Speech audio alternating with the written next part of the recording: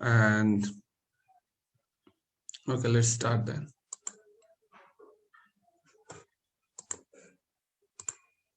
আমি আশা করছি যে বাকিরা যারা জয়েন হয়নি তারা অতি শীঘ্রই জয়েন হয়ে যাবে আমাদের সাথে আমাদের লেকচারে।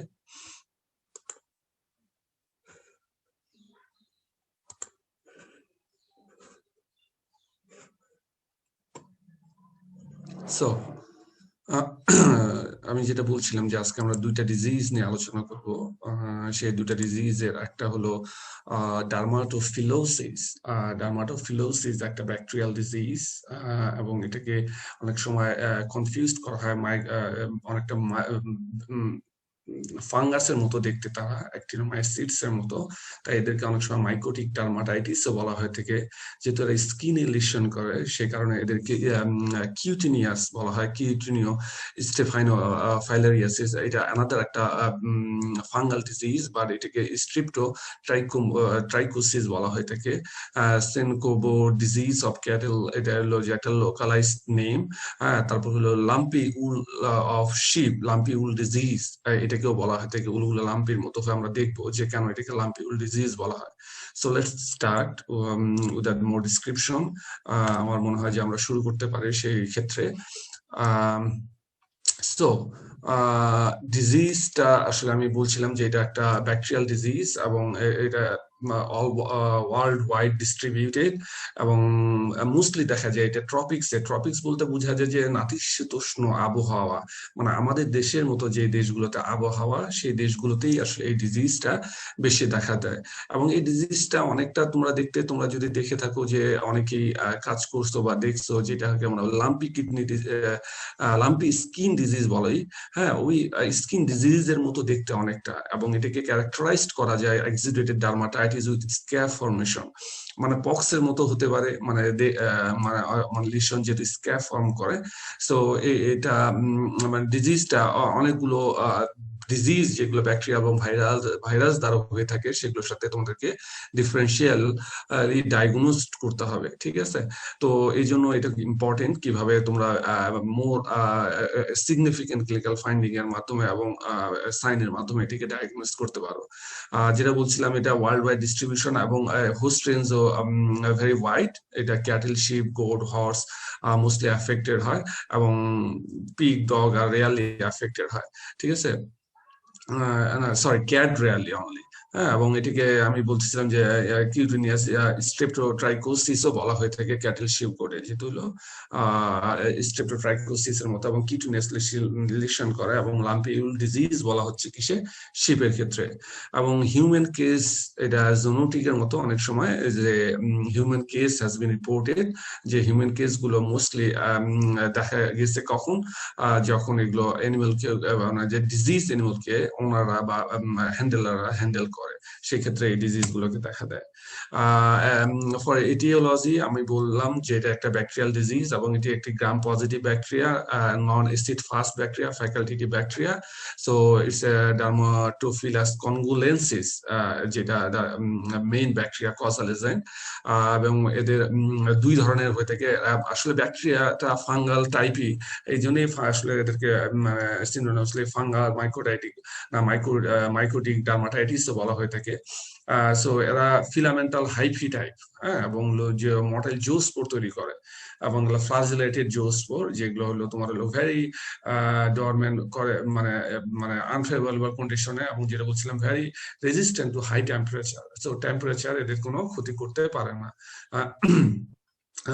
এবং জোস্পোর গুলো রেজিস্ট্যান্ট টু ডেসিকেটেড।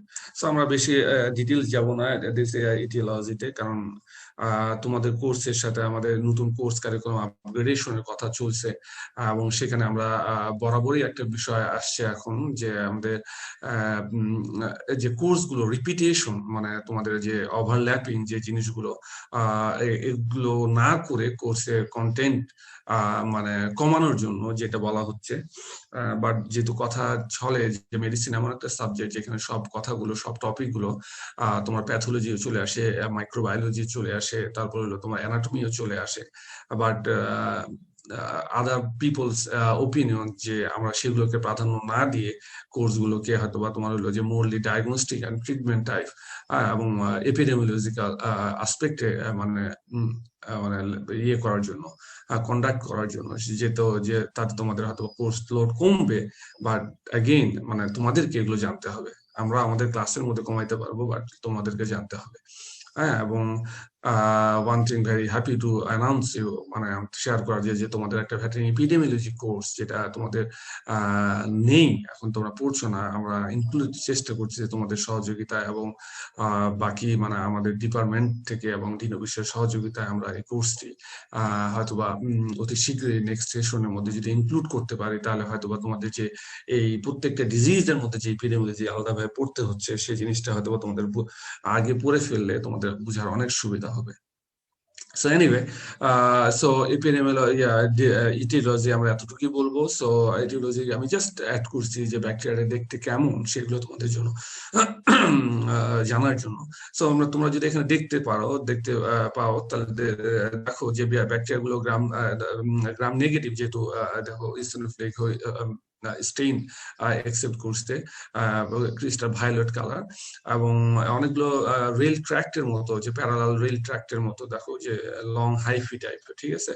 এবং স্কিন গুলো দেখো, যে স্কিন গুলো কিভাবে কিউটিনিয়াসলি শার্ন করছে তারা, ব্যাকটেরিয়া গুলো, ঠিক আছে। তা আমরা ওকারেন্সের ক্ষেত্রে আমরা অলরেডি বলছি যে এটা ওয়ার্ল্ড ওয়াইড ডিস্ট্রিবিউশন আর মোস্টলি সাবট্রপিক্যাল এন্ড ট্রপিক্যাল এরিয়াতে হয়, এবং সেখানে এপিজোডিক আকারে হয়। এপিজোডিক মানে তোমরা জানো যে unexpected high frequency of disease, এবং টেম্পোরাল টাইমেও হয়ে থাকে, সেটা স্পোরাডিক মানে একটা দুইটা কেস হয়ে থাকে। এবং হোস্ট অকারেন্স আমরা অলরেডি বলছি যে ক্যাটেল, শিপ, গোট এগুলোতে হয়, এবং সবচেয়ে বড় কথা, এগুলো all ages of animal are susceptible, মানে যে কোনো এজের ক্ষেত্রে এটা হতে পারে। এবং সোর্স অফ ইনফেকশন কোনটা, মানে কোথা থেকে ব্যাকটেরিয়াটা আসতে পারে, এটা খুবই হাইলি ইনভেসিভ না, বাট তারা স্প্রেড করতে পারে by contact with between animal, যে হলো দুইটা এনিমাল যদি একটা ডিজিজ এনিমালের সাথে একটা হেলথি এনিমাল কন্ট্যাক্টে আসে, তাহলে তারা একটা এনিমালের সাথে আরেকটা এনিমালে তোমার হলো স্প্রেড করতে পারে, যে মানে কন্টামিনেশন হতে পারে, এবং ফসলে বাইটিং মাইটস দ্বারাও হওয়ার একটা সম্ভাবনা আছে, ঠিক আছে। এবং আরেকটা সোর্স হইতে পারে যে tick and lice, major predisposing factor, tick and lice, এই মানে টিক মানে আঠালি এবং উকুন, এগুলো যদি একটা এনিমাল থেকে আরেকটা এনিমাল স্প্রেড হয়, এবং এই বাইটিং মাইটস এর মাধ্যমেও কিন্তু এটা ডিজিজটা ট্রান্সমিট হতে পারে। এবং আবার আমরা মানে এপিডেমিওলজি এক্সপোজারের ক্ষেত্রে আসছি, এবং এক্সপোজারের সাথে ডিজিজটা, এপিডেমিওলজি বলতে গেলে যে এই ডিজিজটা কখন মেইনলি দেখা দেয়, বিশেষ করে দেখা দেয় হলো রেইনি সিজনে, ঠিক আছে। আমি জাস্ট কি পয়েন্ট গুলো হাইলাইট করছি, বাট তোমরা এগুলো পড়লেই বুঝতে পারবে যে কখন কিভাবে এগুলো হয়, আমরা অত ডিটেলস যাব না। এবং হাই হিউমিডিটি একটা ভেরি ইম্পর্টেন্ট ফ্যাক্টর, যে হিউমিডিটি যদি বেশি থাকে, মানে তখন হিউমিডিটির ক্ষেত্রে এই বাইটিং ফ্লাই গুলো এবং মেকানিক্যাল ভ্যাক্টর যেগুলোকে আমরা বলে থাকি, এগুলো প্রিভ্যালেন্সি বেশি বেড়ে যায়, সেই কারণে তখন এই ডিজিজটা দেখা যায় বেশি ছড়া যায়। তারপর হলো অনেক সময় শেয়ারিং, ডিপিং, ইন্ট্রোডিউসিং যখন অউট তৈরি হয় শরীরের মধ্যে, এনিমেলটা ইমিউন সাপ্রেসড হয়, তখন এই ডিজিজ গুলো বেশি দেখা যায়। এবং আমরা এখানে দেখতে পাচ্ছি এনভায়রনমেন্টাল এবং ম্যানেজমেন্টাল কিছু ফ্যাক্টর, যেগুলো আমরা অলরেডি আলোচনা করছি, যেমন ওয়েটিং বা মানে রেনি সিজন বললাম, তারপর হলো যে হাই হিউমিডিটি বললাম, হাই টেম্পারেচার, যারা ডিসিকেট টেম্পারেচার সহ্য করতে পারে, সেই কারণে ভেরিয়াস একটু Parasite, it's a total gist, মানে যেই জিনিসগুলোকে ইনফ্লুয়েন্স করে। রিস্ক ফ্যাক্টর কি? Risk factor enhance the occurrence of the disease, enhance the possibility of occurrence of the disease, যেটাকে ডিজিজটাকে হওয়া সাসেপ্টিবিলিটি বাড়ায় দেয়, ঠিক আছে।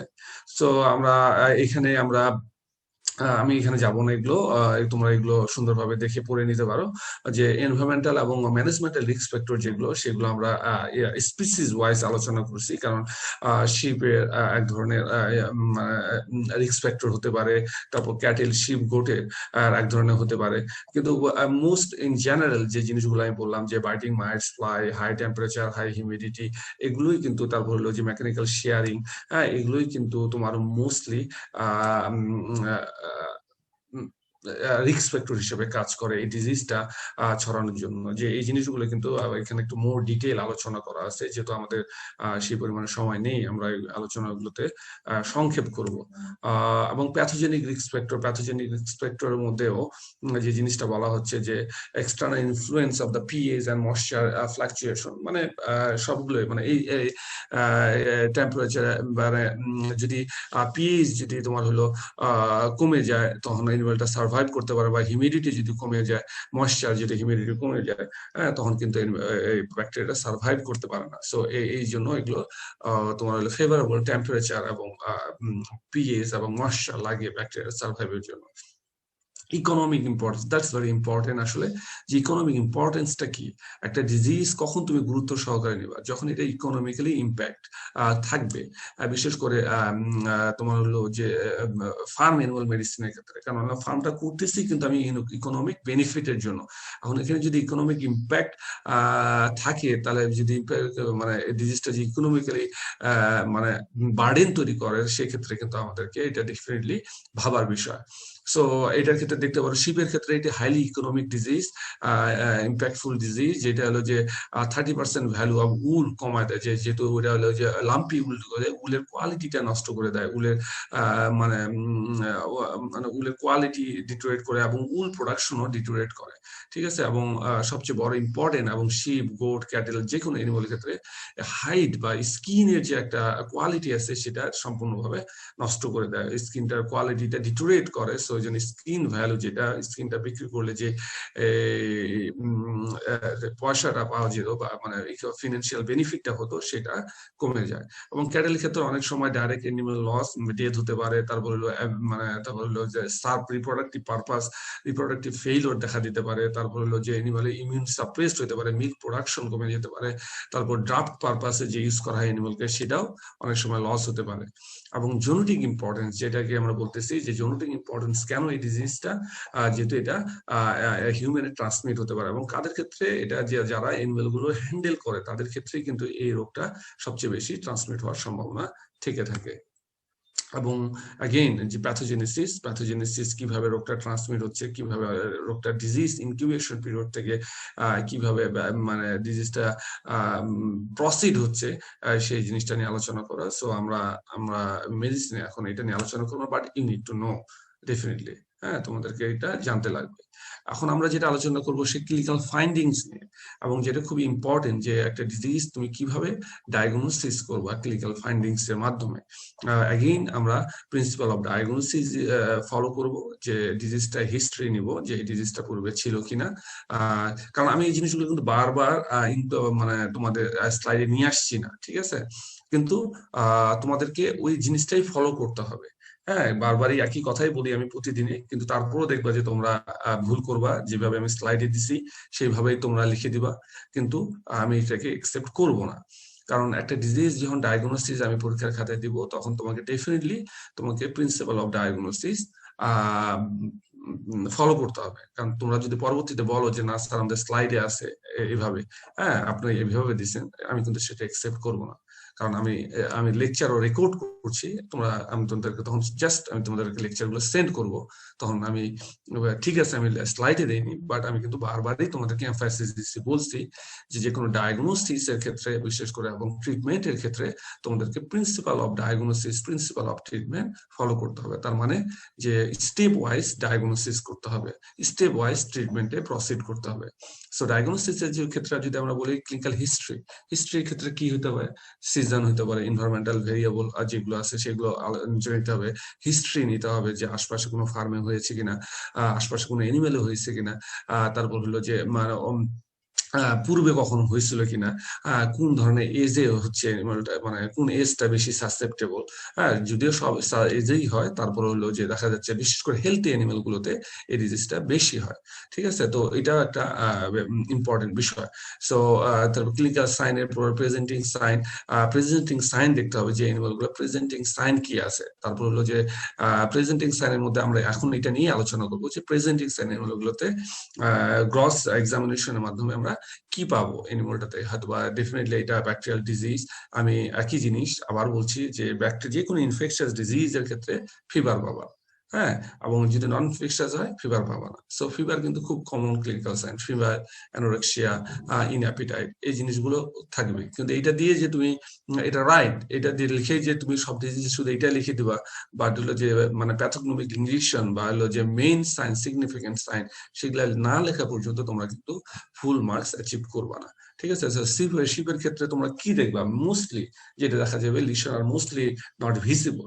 কারণ হলো যে শিপের ক্ষেত্রে কি আমরা মেইনলি শিপ কিন্তু আমাদের দেশে এটা মিট পারপাজে হয়ে থাকে, কিন্তু বাইরের কান্ট্রিতে বেশিরভাগ ক্ষেত্রেই শিপ কিন্তু উল পারপাজে রেয়ার করে।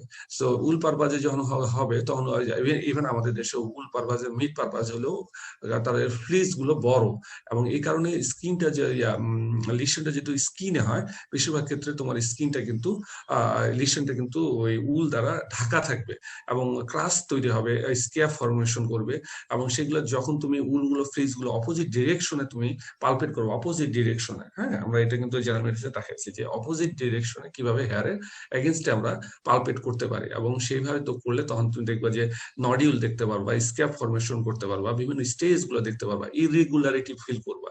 হ্যাঁ, যে লাম্পি লাম্পি মানে ফুলে ফুলে আসছে এরকম দেখতে পাবা।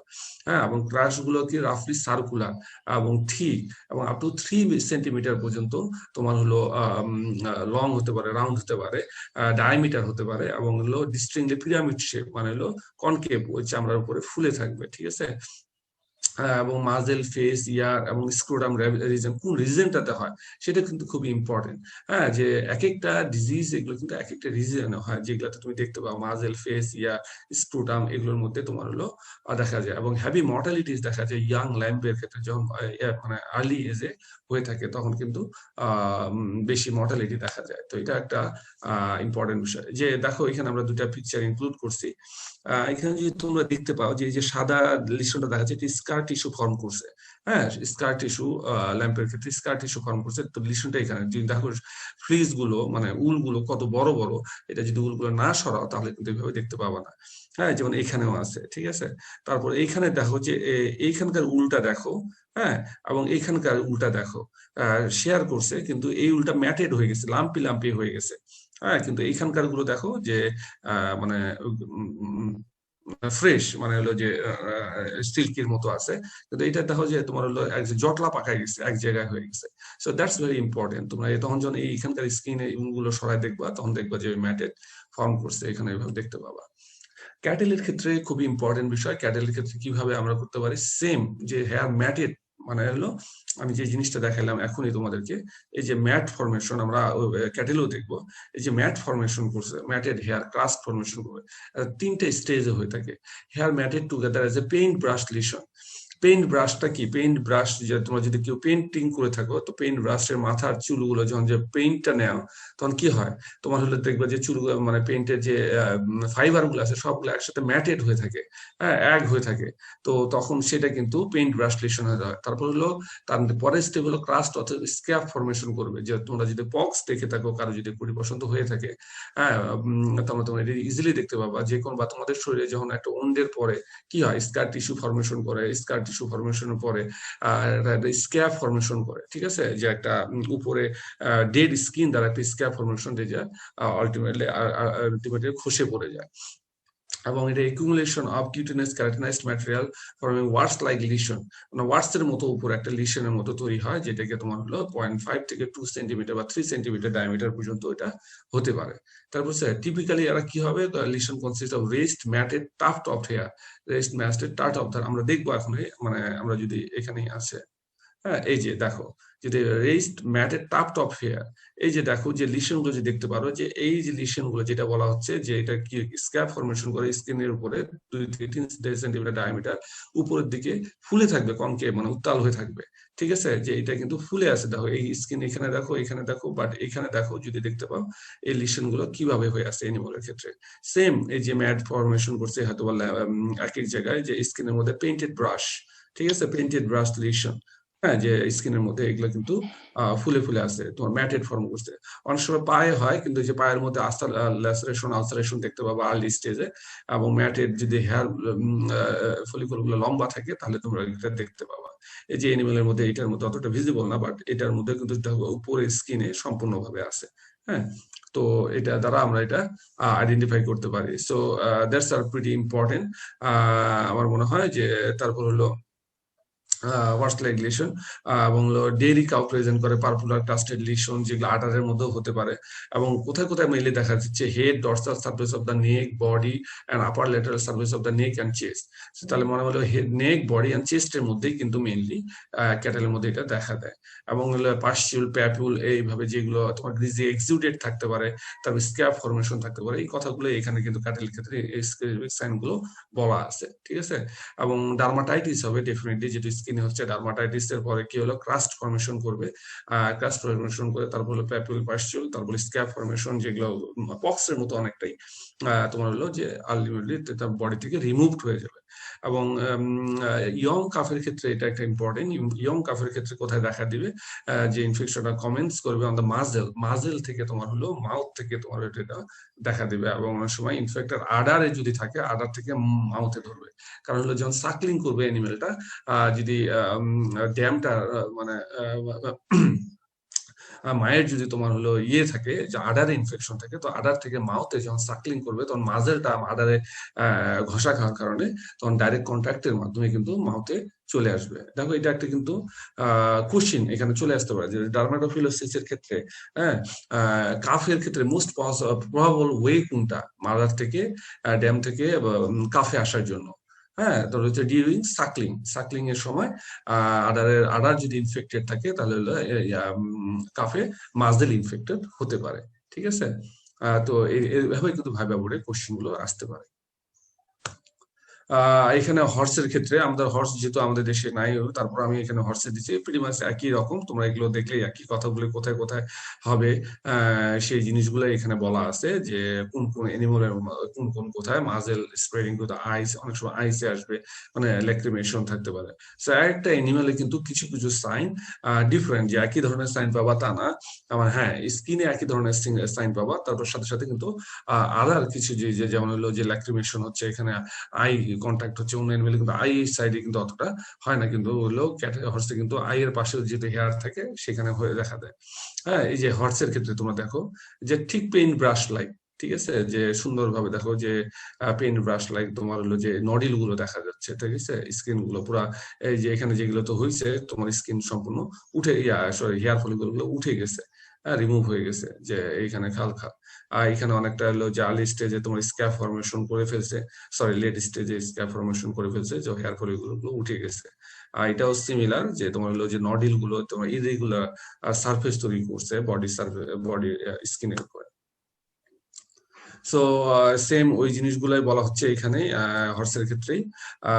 এখন ডায়াগনোসিসটা আমরা যেটা আমরা করতেছি, আমরা ক্লিনিক্যাল ফাইন্ডিং এবং আলোচনা করলাম। এখন ডায়াগনোসিস, হ্যাঁ, যে ডায়াগনোসিস এর ক্ষেত্রে এটা আমরা সব ডিজিজে কিভাবে ডায়াগনোসিস করব। ডায়াগনোসিস এর ক্ষেত্রে আমরা ক্লিনিক্যাল, আমরা তিনটা জিনিস আলোচনা করছি অলরেডি, যে তোমার হলো যে কি ক্লিনিক্যাল হিস্ট্রি, তারপর প্রেজেন্টিং ফাইন্ডিং, তারপর প্রেজেন্টিং সাইন, তারপর হলো ল্যাবরেটরি ডায়াগনোসিস, এখন যেটা এখানে বলা হচ্ছে। সো ল্যাবরেটরি ডায়াগনোসিস এখানে আসলে laboratory diagnosis, continuation diagnosis, laboratory diagnosis. So laboratory diagnosis এর ক্ষেত্রে সবচেয়ে ইজি ওয়ে হলো স্কিন স্ক্র্যাপিং নেওয়া, যে লিশন থেকে টিস্যু নেওয়া, টিস্যু নিয়ে গ্রাম স্টেইন করা, অথবা হলো তোমার হলো যে আমরা জিমসে স্টেইনও করতে পারি। যে এটা করলে আমরা কি করতে পারি, রো অফ গ্রাম স্টেইন করলে আমরা কিন্তু ইমপ্রেশন স্ট্রেইন করতে পারার সময়, যেটা হাইফি গুলো দেখা যায়, ইমপ্রেশন স্ট্রেইন মানে হলো যে জাস্ট স্কিনটা নিবা, নিয়ে আন্ডার মাইক্রোস্কোপ দেখতে হবে, হ্যাঁ, উইথ দ্য লিকুইড।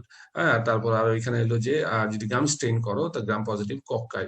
হ্যাঁ, রেল রোড ট্র্যাকস, মানে রেল রোড মানে দেখছো যে রেল লাইনটা দুইটা যে কিভাবে ট্র্যাক গুলো তৈরি হয়, সেরূপ দেখতে মনে হবে। আমরা যেটা আমরা প্রথমে দেখাইলাম, বললাম, হ্যাঁ, যে হাইফি গুলো চেইন তৈরি করে দুইটা রেল রোড ট্র্যাকের মতো তৈরি করবে। এবং আমরা এটা ইমিউনোফ্লুরেসেন্ট অ্যান্টিবডি টেস্টও আমরা ইউজ করতে পারি। এবং এলাইজা খুবই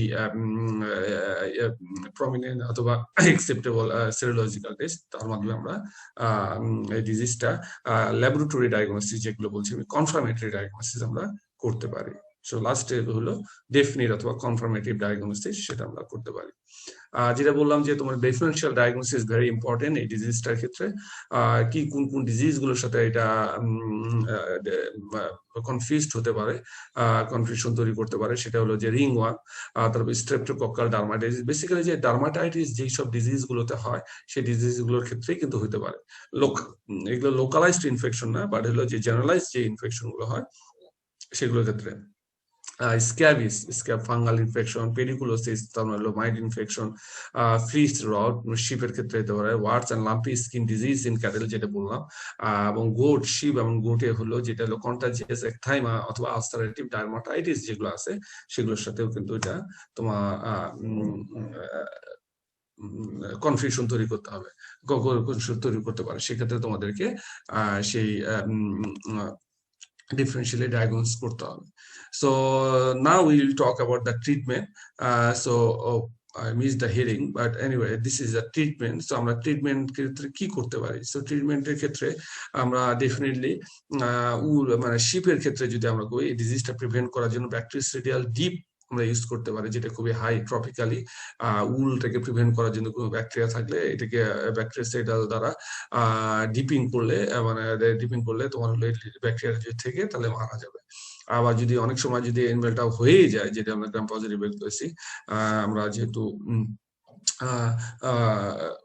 সরি ডিফারেন্সিয়াল ডায়াগনোসিস এর ক্ষেত্রে আমরা যেহেতু just check the antibiotic is ওকে।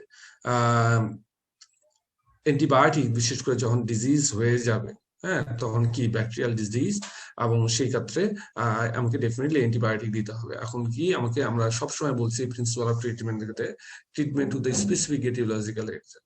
তার মানে হলো ব্যাকটেরিয়াল ডিজিজ আমাকে অ্যান্টিবায়োটিক দিতে হবে। এখন মোর যদি ডিটেইল আমি চিন্তা করি, তো ব্যাকটেরিয়া কোন ধরনের ব্যাকটেরিয়া দ্বারা হচ্ছে, হ্যাঁ, সেটা হলো গ্রাম positive bacteria. So gram positive ব্যাকটেরিয়ার ক্ষেত্রে তোমরা কোন অ্যান্টিবায়োটিকটা দেবা সেটা খুবই ইম্পর্টেন্ট।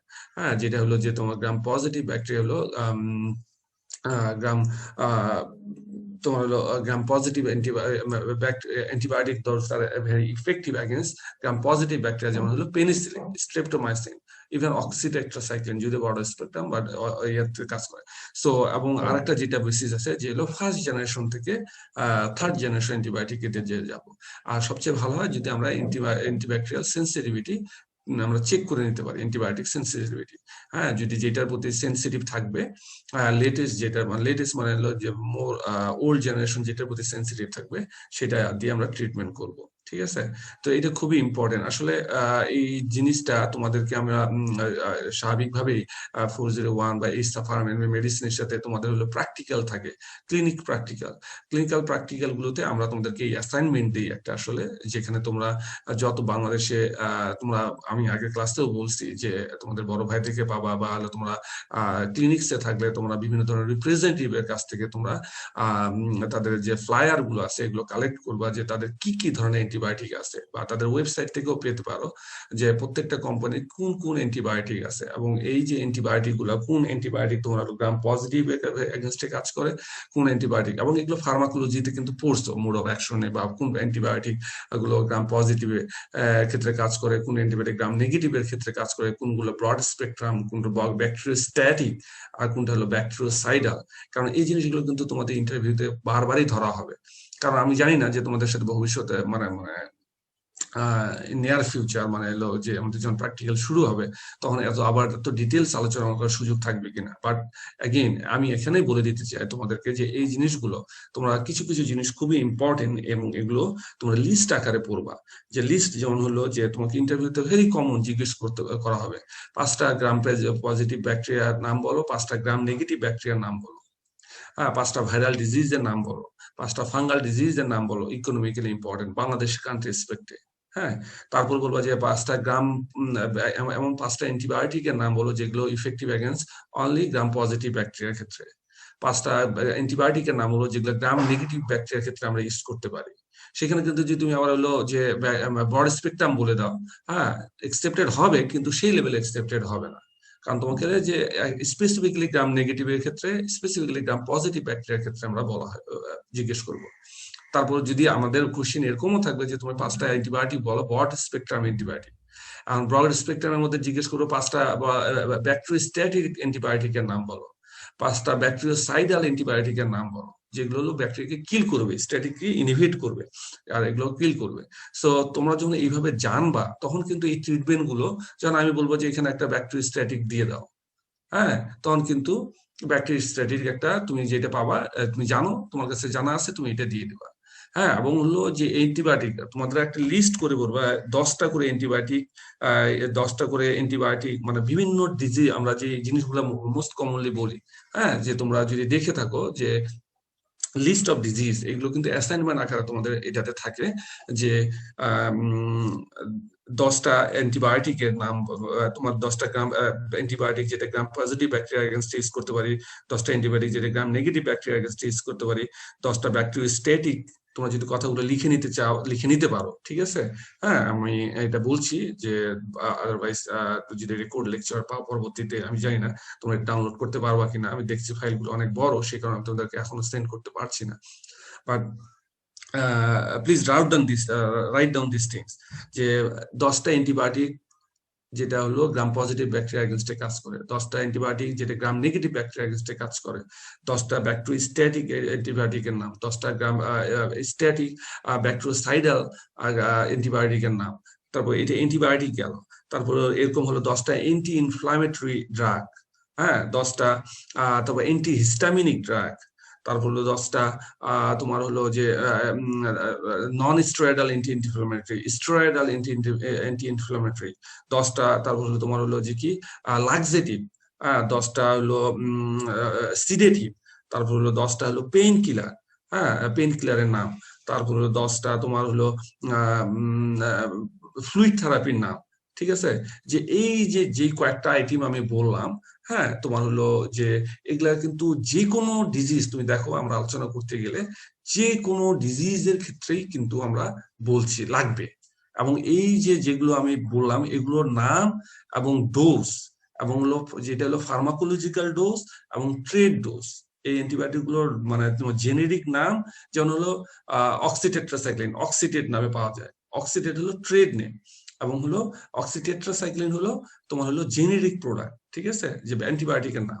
সো অক্সিটেট্রাসাইক্লিন কত ডোজ দিয়ে ইউজ করা হয়, আমি আগের কথা ক্লাসেও বলছি, যেমন হলো অক্সিটেট্রাসাইক্লিনের হলো ডোজ রেট হলো, জেনেরিক ডোজ রেট হলো 10 milligram per KG, for example 10 milligram per KG দেবো।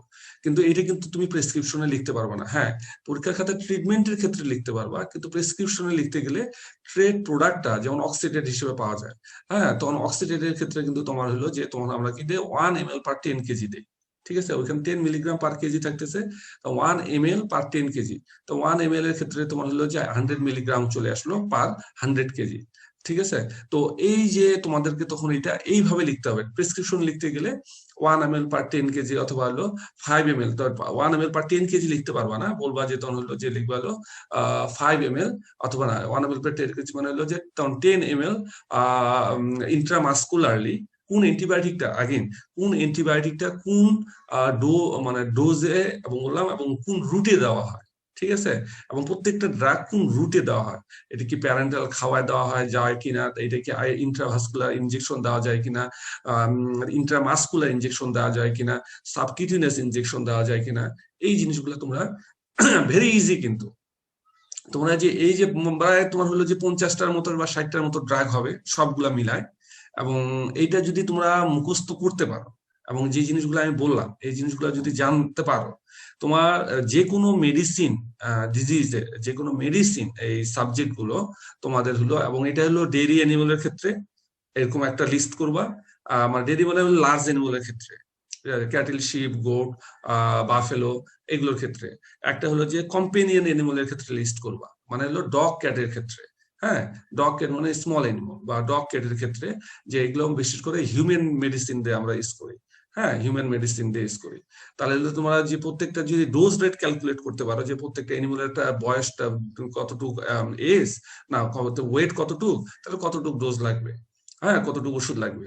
এবং আরেকটা লিস্ট করতে পারো তোমরা হলো যে পোল্ট্রির ক্ষেত্রে, হ্যাঁ, পোল্ট্রির ক্ষেত্রে সেম ভাবে, তো এই যে তিনটা লিস্ট যদি তোমরা এইভাবে করে পড়তে পারো, পড়লে তোমাদের এই যে যত সাবজেক্ট মেডিসিন রিলেটেড যত তোমরা এই এখন এই সাবজেক্টও ট্রিটমেন্ট আলোচনা করা কোনো বিষয় না, মানে ট্রিটমেন্ট পরীক্ষা লেখা কোনো বিষয়ই না, এবং তোমাদের ফিল্ড লেভেলে ট্রিটমেন্ট করাও কোনো বিষয় না।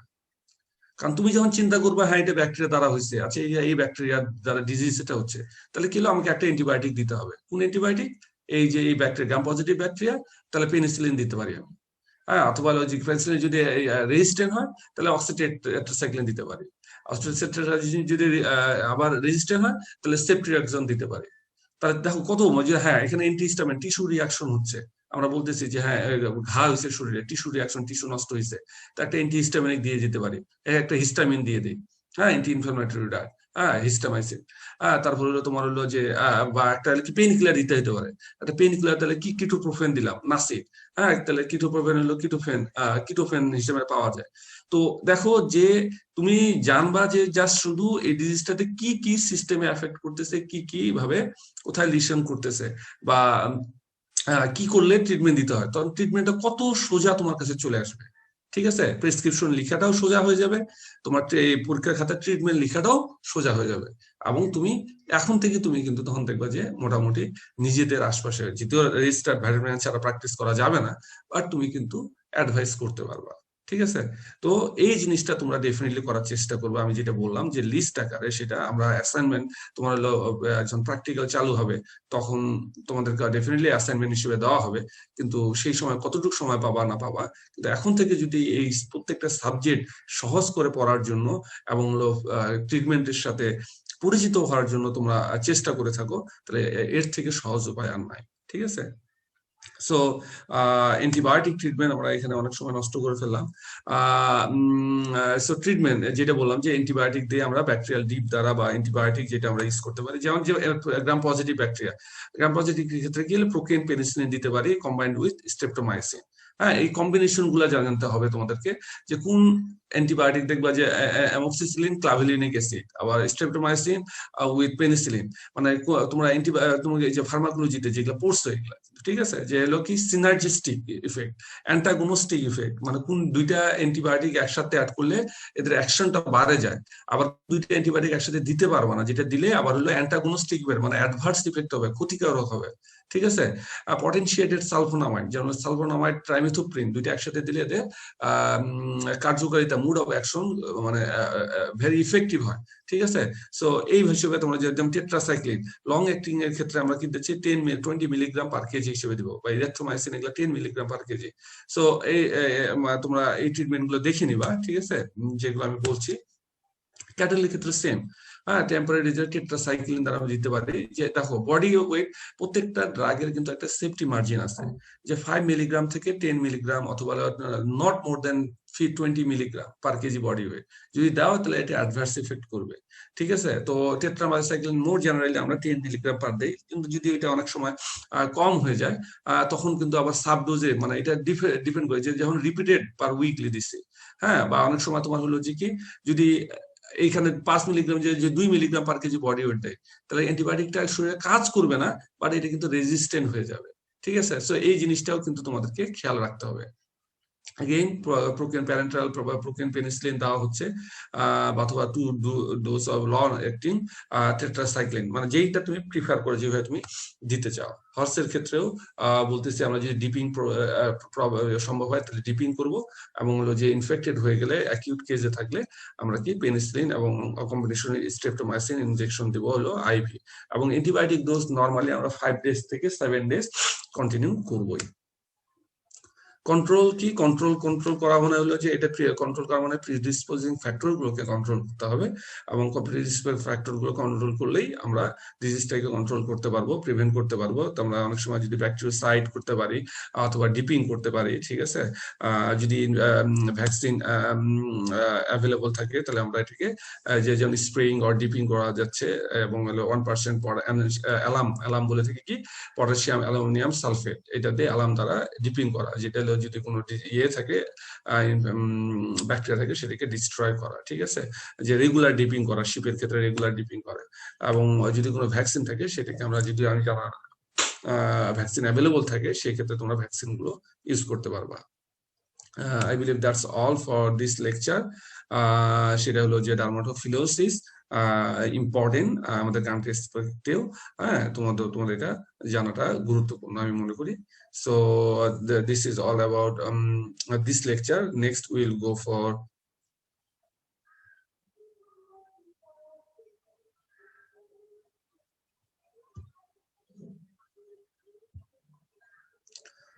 another lecture যেটা আমরা কন্টিনিউ করব আমরা এখন।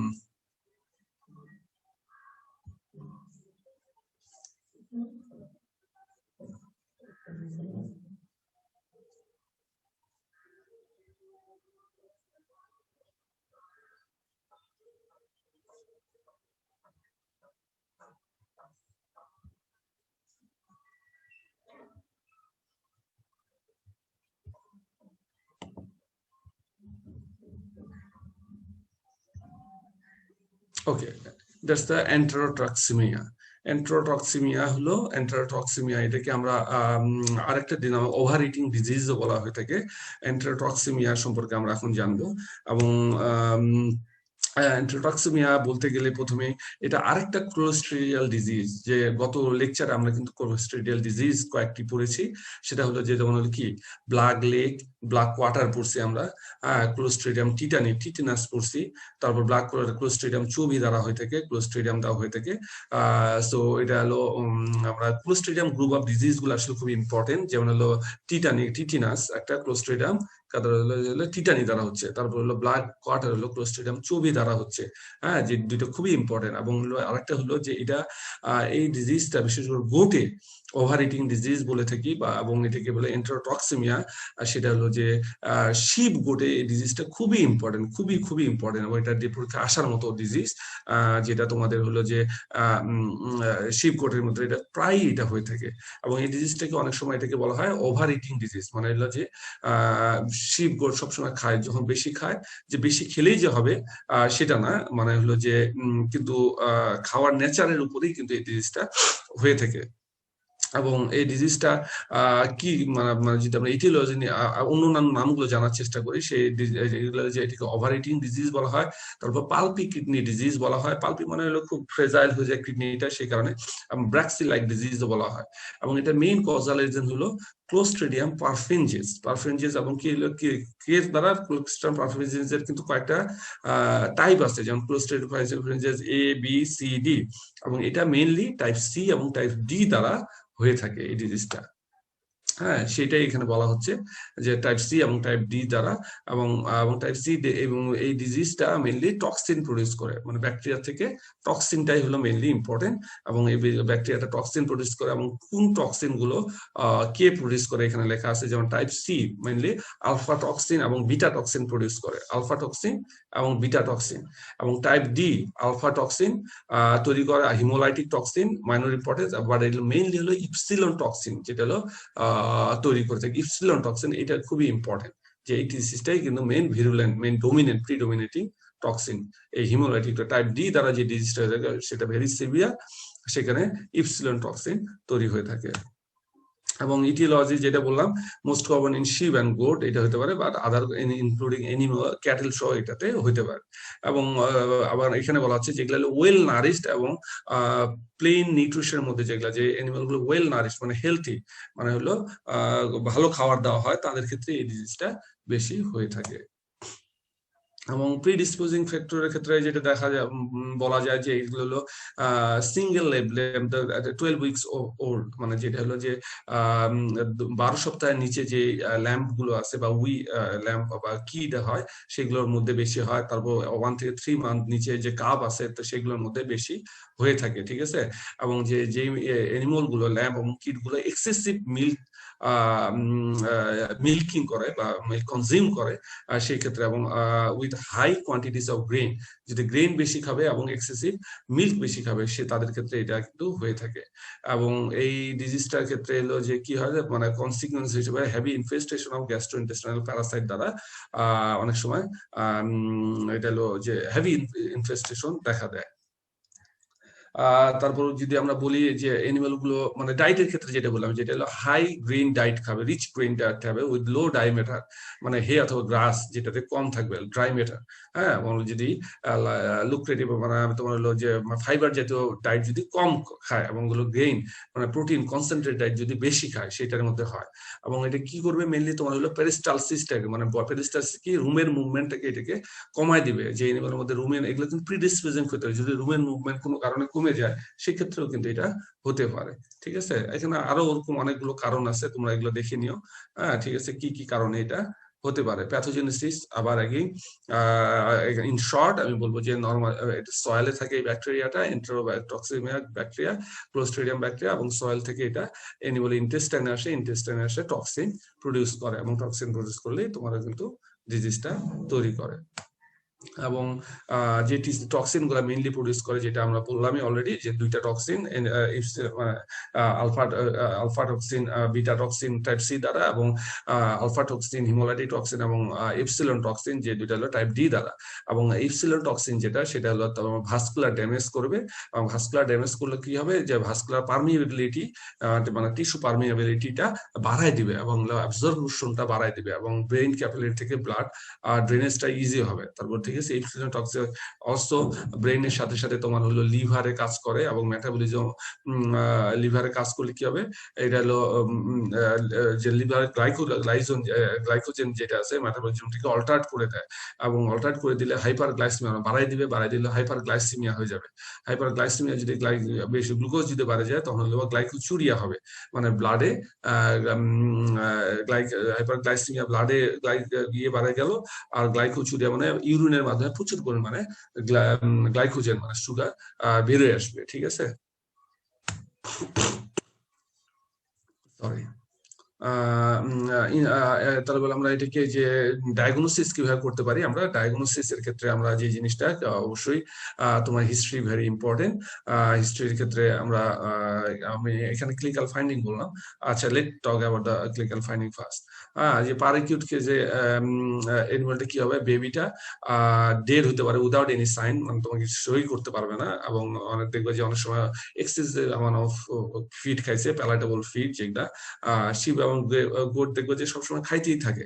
আর যদি খাওয়ার মানে প্যালাটেবল ফুড থাকে তাহলে তারা প্রলং টাইম আফটার লং টাইমে তোমরা খাইছে, অথবা অনেক সময় প্রলং হাঙ্গার, অনেক সময় না খেয়ে আসে, খাওয়ার পর অনেক সময় ধরে ধরে না খায় আসে, এবং হলো অথবা নর্মাল কোয়ান্টিটি মানে সাফিসিয়েন্ট অ্যামাউন্ট খাইছে, মানে নট এডুকেট অ্যামাউন্ট খাইছে, খুব বেশিও খায়নি, সেক্ষেত্রেও কিন্তু এটা হতে পারে। এবং একিউট কেসে কি হতে পারে, একিউট কেসে একটা আফটার সার্টেন ডিস্টেন্স মানে মানে খাওয়ার পরে তোমার হলো যে দেখবা যে এনিমেলটা টেম্পারেচার অনেক সময় রাইজ করতে পারে, বডি টেম্পারেচার, যেহেতু বডি মেটাবলিজম বেড়ে যায়। তো কিছু কিছু ডিজিজ আছে দেখবা যে যে ডিজিজ গুলোতে তোমার হলো ইনফেকশাস ডিজিজ ছাড়াও যে ডিজিজ গুলোতে তোমার হলো বডি টেম্পারেচার বেড়ে যায়। হ্যাঁ, কিন্তু সেগুলো যেমন হাইপারথার্মিয়া, অনেক সময় ট্রান্সপোর্টেশনের কারণে কিন্তু টেম্পারেচার বেড়ে যায়। কিন্তু এই ক্ষেত্রে তোমার এটা কিন্তু যে তোমার হলো যেহেতু ইনফেকশাস ডিজিজ, সেই ক্ষেত্রে কিন্তু টেম্পারেচার বাড়বে। হ্যাঁ, তো এই কারণে কি হবে যে তোমার যে ডিজিজটা যখন তৈরি হবে, ইনিশিয়েট হবে, তোমার বডি টেম্পারেচার বেড়ে যাবে। তারপর হলো সিভিয়ার অ্যাবডোমিনাল পেইন হবে, যে ডিসকমফোর্ট ফিল করবে সে, লাউড এন্ড ক্রাই মানে জোরে চিৎকার সহকারে সে কাঁদবে এনিমালটা। এবং অনেক সময় যদি একটু মানে কিউট কেসটা যদি প্রলং হয় তখন তুমি স্লাইমি ডায়রিয়া মানে শেলসাযুক্ত ডায়রিয়া, খুব মানে বলা হয় কি পিচ্ছিল ডায়রিয়া বা ওয়াটারি ডায়রিয়া দেখা দিবে। তারপর এনিমালটা ডিপ্রেসড হয়ে যাবে, রিকাম্বেন্সি শুয়ে পড়বে, হ্যাঁ, lying down and getting up, মানে এটা যে মানে শান্তি পাবে না, কোলিক বলে থাকি আমরা, যে ফ্রিকুয়েন্টলি লাই ডাউন এবং গেটিং আপ, বসবে উঠবে বসবে উঠবে বসবে। কারণ হলো তোমার আমাদেরই যদি পেটে মানে পেইন হয় আমরা কিন্তু ডিসকমফোর্ট ফিল করি, ঠিক সেম যে এনিমেলটা যদি পেটে পেইন হয় ডিসকমফোর্ট ফিল করে। তারপর অনেক সময় কি করবে, হেডটা মানে মাথার দিকে সামনের দিকে আগায় দিবে, হ্যাঁ, প্রলং এক্সটেন্ড করবে হেডটা, যেটি গেলে অপিস্থোটোমাস বলা হয়। হেড থ্রোন স্ট্রেট ওভার নেক, মানে নেক থেকে মানে হেডটা সোজা সামনের দিকে আগায় দিবে, মানে সাপের মতো অনেক সময় যে হেডটা যেভাবে থেকে মানে এরকম করবে। অনেক সময় স্লিপ ইন্টু কোমা, মানে কোমাতেও চলে যেতে পারে। ঠিক আছে, সাবিকুট কেজে তোমার হলো যে ওই সব সিমটম গুলো ওইভাবে না দেখা দিতে পারে, কিন্তু এটা অনেক সময় ওল্ডার কিড বা অ্যাডাল্টে হতে পারে, এবং ইন্টারমিডিয়েট সিভিয়ার ডায়রিয়া হতে পারে ওকেশনালি, মানে ইন্টারমিডিয়েট বলতে বোঝাচ্ছে যে হলো 2-3 দিন ডায়রিয়া হলো, আবার বন্ধ হলো, আবার তারপর কিছুদিন পর আবার সিভিয়ার ডায়রিয়া দেখা দিচ্ছে। তারপর এপিথেলিয়াল শেডিং আসতে পারে, যে এপিথেলিয়াল সেল দেখবা যে ফিসিসের সাথে বের হয়ে আসবে যখন ফিসিস এক্সামিনেশন করবা। এবং ক্রনিক কেসের সেম, যে ইন্টারমিডিয়েট ইলনেস হতে পারে এবং ডায়রিয়া হতে পারে, যে লাস্টিং ফর সেভারাল উইকস তোমার পর্যন্ত তোমার এগুলা থাকতে পারে। এক কথায় যে ক্লিনিক্যাল ফাইন্ডিং গুলো, মানে ক্লিনিক্যাল ফাইন্ডিং কিন্তু হলো যে ফাইন্ডিংটা, ক্লিনিক্যাল ফাইন্ডিং ডেফিনেশনটা আগে তোমাদের জানতে হবে। কিন্তু আমি এটা মেডিসিনে বলছি, জেনারেল মেডিসিনে ক্লিনিক্যাল ফাইন্ডিং কিন্তু দুইটা। একটা হলো যে ক্লিনিক্যাল ফাইন্ডিং কিন্তু আসলে অনেক কিছু কনসিস্ট অফ। ক্লিনিক্যাল ফাইন্ডিং মানে হলো তুমি ল্যাবরেটরি ফাইন্ডিং, মানে ক্লিনিক্সে কি ফাইন্ডিং পাচ্ছ। ক্লিনিক্সে ফাইন্ডিং পাচ্ছ হলো যে ক্লিনিক্যাল ফাইন্ডিং এর মধ্যে হলো প্রেজেন্টিং সাইন, মানে ইনস্ট্যান্ট কোন কোন সাইন গুলো পাচ্ছ অ্যানিমালের মধ্যে। হ্যাঁ, তারপর হলো কি তোমার হলো যে যদি কোনো গ্রস লিশন থেকে থাকে, হ্যাঁ সেটাও কিন্তু ক্লিনিক্যাল ফাইন্ডিং এর। যদি এখন মানে পোস্টমর্টম করো, সেটাও কিন্তু পোস্টমর্টম ফাইন্ডিং। যদি অ্যানিমাল মরে যায়, তা পোস্টমর্টম করে যে সিগনিফিকেন্ট যে gross finding, gross animal lesion, gross finding, gross changes যেগুলো দেখতে পাবা, সেগুলো কিন্তু মানে তোমার হলো ক্লিনিক্যাল ফাইন্ডিং এর মধ্যে পড়বে। আবার হলো ল্যাবরেটরি কিছু টেস্ট আছে, যেমন হলো ফিজিক্যাল এক্সামিনেশন, হ্যাঁ তারপর হলো মানে ফিজিক্যাল এক্সামিনেশন যেগুলোকে বলা হচ্ছে। হ্যাঁ, যেমন ফিকাল এক্সামিনেশন করতে, ইউরিন এক্সামিনেশন, তারপর ইউরিনের মানে নর্মাল ল্যাবরেটরি যে টেস্ট আছে, ক্লিনিক্যাল ল্যাবরেটরি টেস্ট। একটা হলো মলিকুলার ল্যাবরেটরি টেস্ট, একটা হলো ক্লিনিক্যাল ল্যাবরেটরি টেস্ট। ক্লিনিক্যালি যেগুলো আমরা ইজিলি ল্যাবরেটরি ইকুইপমেন্ট দ্বারা, যেমন গ্রাম স্টেন করতে পারি, তারপর হলো ইউরিন অ্যানালাইসিস করতে পারি, তারপর ইউরিনের ফিজিক্যাল এক্সামিনেশন করতে পারি, ব্লাডের ফিজিক্যাল এক্সামিনেশন করতে পারি। হ্যাঁ, তো এই যে জিনিসগুলো এগুলো আমরা ক্লিনিক্যালি করতে পারবো, সেগুলো কিন্তু সবগুলো কিন্তু ক্লিনিক্যাল ফাইন্ডিং এর মধ্যে পড়বে। ঠিক আছে, তো এই জিনিসগুলোকে খেয়াল রাখতে হবে। এবং হলো এরপরে যেগুলো আমরা হতে পারে ক্লিনিক্যাল ফাইন্ডিং এর পরে আমরা ল্যাবরেটরি ডায়াগনোসিস, মানে কনফার্মেটিভ, সেটা হলো মলিকুলার টেস্ট হতে পারে বা মোর ডিটেল ল্যাবরেটরি টেস্ট হতে পারে। ঠিক আছে, এই যে যেমন হলো ক্লিনিক্যাল ফাইন্ডিং এর মধ্যেই কিন্তু পোস্টমর্টম ফাইন্ডিং চলে আসবে। ঠিক আছে, যদি এটা আমরা আলাদাভাবে বলছি। সো টাইপ সি দ্বারা কি হতে পারে, একুট হিমোরেজ ইনফরমেশন হতে পারে, নেক্রোসিস হতে পারে কোথায়, haemorrhage inflammation mucus of the ওমাসান এবং স্মল ইন্টেস্টাইন, ওমিজাম এবং স্মল ইন্টেস্টাইন এটা দেখা দিতে পারে। এবং টাইপ ডি দ্বারা mild to moderate inflammation and even haemorrhage, এটা ইন্টেস্টাইনাল মিউকোসার মধ্যে দেখতে পাবা। পেটিক্সিয়াল হিমোরেজ দেখতে পাবা, যেটা হলো কি পেরিক্সিয়াল হিমোরেজ, যেটা এনিভার, যেখানে ইন্টেস্টাইনাল ট্র্যাক্টেও দেখতে পারবা। আবার অনেক সময় ইপিকার্ডিয়াম এবং এন্ডোকার্ডিয়াম, মানে হার্টের মধ্যেও তোমার দেখা যেতে পারে। ঠিক আছে, সো পেরিকার্ডিয়াল স্ল্যাকে, পেরিকার্ডিয়াল স্যাক যে থলি থাকবে, পেরিকার্ডিয়াল স্যাকের মধ্যে অনেক সময় তোমার এক্সেস ফ্লুইড জমা হবে, যে ফ্লুইডটা হলে ইয়েলো কালার অনেক সময় দেখা দিতে পারে, ইয়েলো কালার হতে পারে। সো এবং যেই কারণটাতে, মেইন যে কারণটা শিপের ক্ষেত্রে এবং গোটের ক্ষেত্রে মেনলি এটাকে পালপি কিডনি ডিজিজ বলা হয়ে থাকে, সেটা হলো মোস্টলি হলো র্যাপিড পোস্টমর্টম চেঞ্জেস হতে পারে কিডনি। এবং কিডনিটা মারা যাওয়ার সঙ্গে সঙ্গে দেখবা যে কিডনিটা র্যাপিড মানে অটোলাইসিস হয়ে যাবে, মানে ফ্রেজাইল হয়ে যাবে, সফট হয়ে যাবে, হাইপারমিক হয়ে যাবে। হ্যাঁ, সেই কারণে এটাকে কিন্তু যে মানে নালি মানে ভঙ্গুর টাইপের হবে আর কি, সে তোমার কিডনিটা ভেঙে যাবে। তো এই কারণে এটাকে কিন্তু পালপি কিডনি ডিজিজ বলা হয়, মানে খুবই পালপি হবে আর কি, মানে সফট টাইপের হবে। ঠিক আছে, এবং হিমোরেজিক এবং নেক্রোটিক চেঞ্জেস দেখা দিবে। হ্যাঁ, মানে কোলাইটিস এর ক্ষেত্রে হ্যাঁ এটা দেখা দিবে। এবং মাইক্রোস্কোপিক এক্সামিনেশন তোমরা বিভিন্ন অর্গান এটা করতে পারো। এখন যে যে জিনিসটা বললাম যে ফিল্ড ডায়াগনোসিস, ফিল্ড ডায়াগনোসিস থেকে তো ক্লিনিক্যাল সাইন, প্রিজামটিভ ডায়াগনোসিস করতে বলে based on the history, significant clinical finding নিবা, সিগনিফিকেন্ট পোস্টমর্টম ফাইন্ডিং। হ্যাঁ, তারপর হলো তোমার ল্যাবরেটরি ফাইন্ডিং, যদি যে ল্যাবরেটরি ফাইন্ডিং এর মধ্যে যেগুলো আছে, যে মোর ল্যাবরেটরি ফাইন্ডিং যেগুলো আছে, যে টক্সিন আইডেন্টিফাই করতে পারো, তো সেই মাধ্যমে তোমরা কিন্তু এটাকে একটা ডেফিনিট ডায়াগনোসিসে পৌঁছাতে পারো। ঠিক আছে, যেটা হলো ল্যাবরেটরি ডায়াগনোসিস বললাম, যে demonstration of alpha toxin, epsilon toxin in intestinal fluid যদি এটা করতে পারো, অথবা ব্যাকটেরিয়া আইডেন্টিফাই করতে পারো ইমিউনোলজিক টেস্টের মাধ্যমে টক্সিন এবং হলো ব্যাকটেরিয়া আইডেন্টিফিকেশনের জন্য কি করতে পারি আমরা, পিসিআর টেস্ট আমরা করতে পারি। ঠিক আছে, হ্যাঁ, পিসিআর টেস্ট আমরা করতে পারি। এবং ট্রিটমেন্টটা ইনইফেক্টিভ আসলে পার একিউট এবং অ্যাকিউট কেসে যখন টক্সিন প্রডিউস করে ফেলে তখন এটা খুবই টাফ। এই ক্ষেত্রে আমরা হলো যে যেহেতু ক্লোস্ট্রিডিয়াম কি ব্লাড গ্রাম পজিটিভ ব্যাকটেরিয়া, সেক্ষেত্রে আমরা হাই ডোজ অফ তোমার হলো যে এন্টি মানে যদি টক্সিন মানে একিউট মানে আর্লি স্টেজে থাকে তখন কিন্তু আমরা অ্যান্টিবায়োটিক দিতে পারি, পেনিসিলিন দিতে পারি অথবা তোমার টেট্রাসাইক্লিন দিতে পারি, হ্যাঁ ইন্ট্রাভেনাস অ্যাডমিনিস্ট্রেশন দিতে করতে পারি। এবং হলো দেওয়ার পরে টেট্রাসাইক্লিন আইএম দিই আমরা মোস্টলি, হ্যাঁ তো হলো ক্রিস্টালাইন পেনিসিলিন ইউজ করতে পারি। তো দিলে আমরা এগুলো তোমার হলো যে একিউট স্টেজ অনেক সময় অ্যানিমেলকে বাঁচানো যায়। কিন্তু বাট যদি তোমার এটা হলো যে হাই লেভেল টক্সিন প্রডিউস করে ফেলে তখন হাইপার ইমিউন সিরাম ছাড়া, যেটা আমরা বলে থাকি যে এন্টারটক্সিমিয়া হাইপার ইমিউন সিরাম, হ্যাঁ যে 50 ml hyper immune serum intravenously দিলে তখন অ্যানিমেলটাকে বাঁচানো যেতে পারে। ঠিক আছে। এবং আর কি ট্রিটমেন্ট আছে, যেটা হলো আমরা যে বেশি করে যে অ্যান্টিটক্সিন যেটা পাওয়া যায় যদি সেটা আমরা দিয়ে থাকি। তারপর অ্যাডমিনিস্ট্রেট পেনিসিলিন যেটা আমি অলরেডি বললাম, ওরাল অ্যাডমিনিস্ট্রেশন অ্যান্টাসিড যেটা হলো ব্লটিং অ্যান্টি ব্লট, অনেক সময় পেটটা ফুলে যায়, হ্যাঁ সেই জন্য অ্যান্টি ব্লটিং এজেন্ট খাইতে হয়। যে অনেক সময় অ্যানিমেলটা পেইন হয়, যেটা আমি বলতেছিলাম যে ফ্রিকুয়েন্টলি লাইন ডাউন এবং গেটিং আপ করবে, সেটার জন্য বেলামাইন, বেলাডোনা বা এই জাতীয় ওষুধগুলো আমরা থায়ামিন, রিবোফ্লাভিন এগুলো আমরা দিতে পারি। ঠিক আছে, পেইন কিলার আমরা এটাকে দিতে পারি। এবং প্রোবায়োটিক আমরা অ্যানিমালটাকে প্রিভেনশন স্বরূপ আমরা দিতে পারি, যেহেতু যে মানে যদি মাইক্রোফ্লোরাটাকে ঠিক রাখবে, যে ডাইজেশনটা যেন রেগুলার এবং ঠিক মতো হয়।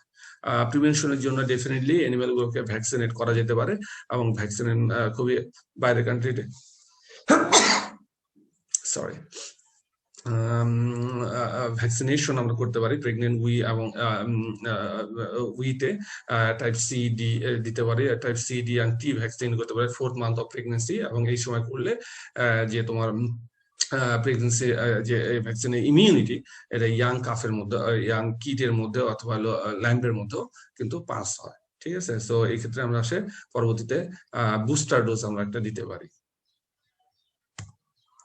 সো এটা একটা হলো যে pulpy kidney disease in lamb, মানে ডেথ অ্যানিমালস। তো এখান থেকে বোঝার আসলে কিছু নাই, আমরা দেখতে পাচ্ছি যে পেটটা একটু ফুলে আছে, কিন্তু পালপি কিডনি ডিজিজ এর কিন্তু কিডনি যদি পালপেট করতে পারো তাহলে বুঝতে পারবা সেটা পালপি কিডনির কারণে একটা ডেথ হয়েছে শিপে। এই যে কিডনিটা দেখা যাচ্ছে যে দেখো কতটা মানে হলো সলিড, মানে দেখে মনে হচ্ছে যে ভঙ্গুর, তুলতুলে নরম। ঠিক আছে, তো এই কারণে এটাকে বলা হচ্ছে pulpy kidney disease, pulpy kidney in dog. হ্যাঁ, ডগের ক্ষেত্রে পালপি কিডনি বলা হচ্ছে। So that's all for this lecture. So I believe I am able to finish today in time. So these two diseases are very important. যেটা হলো ডার্মাটোফিলোসিস বিশেষ করে ক্যাটেলের ক্ষেত্রে, এবং হলো তোমার এন্টারটক্সিমিয়া।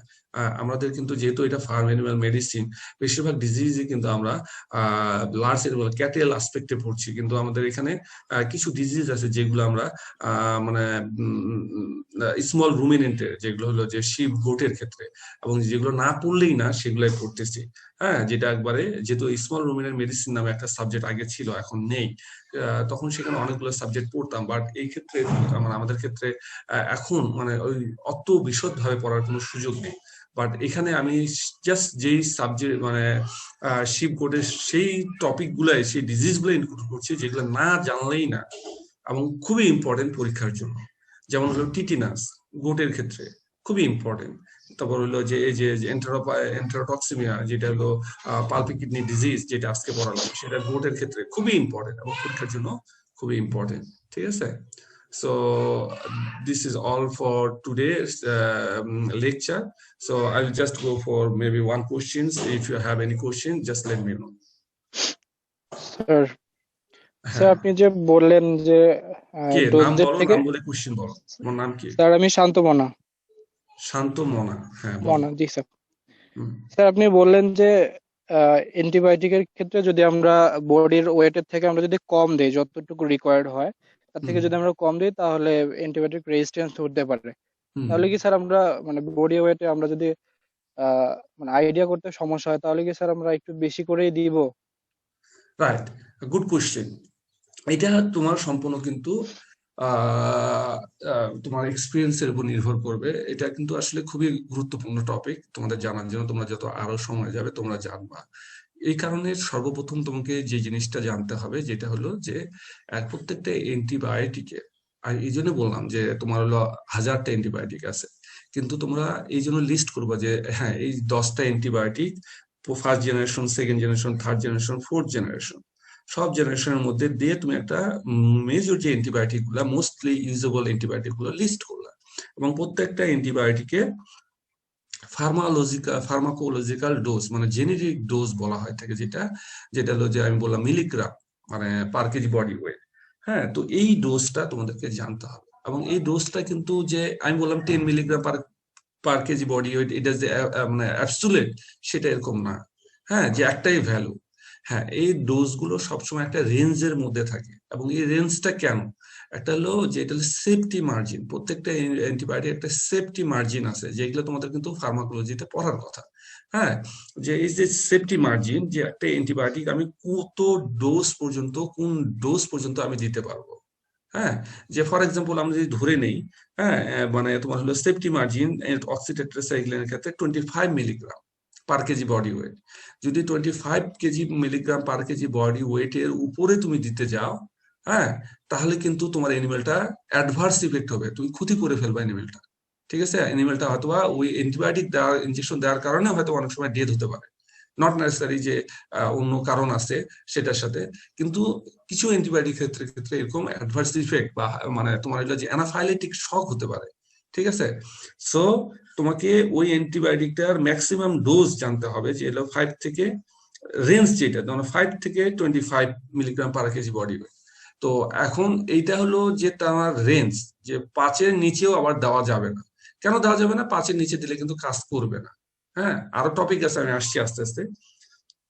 5-এর নিচে দিলে যে অ্যান্টিবায়োটিকটা 5-এর যদি নিচে দাও, তখন অ্যান্টিবায়োটিকটা যে পরিমাণে টিস্যু ডিফিউশন হওয়ার কথা, টিস্যু ডিস্ট্রিবিউশন, একটা অ্যান্টিবায়োটিক টিস্যু ডিস্ট্রিবিউট হয়, যে এই জিনিসগুলা আবার বললাম যে এগুলো ফিজিওলজি বা ফার্মাকোলজিতে পড়বা, যে হলো যে টিস্যু ডিস্ট্রিবিউশন, যে অ্যান্টিবায়োটিকটা কাজ করার জন্য যে গোটা বডিতে যে লেভেলে, ব্লাড লেভেলে অথবা টিস্যু লেভেলে থাকার কথা, সেই লেভেলে পৌঁছাবে না যদি তুমি তোমার হলো লো ডোজে দাও। যদি 5 মিলিগ্রাম পার কেজি বডি ওয়েটের নিচে দাও, হ্যাঁ, তাহলে কিন্তু তোমার হলো ইভেন মানে আমরা যে ডোজটা দেই 10 milligram per KG body wait, এটা হলো একটা এভারেজ ডোজ।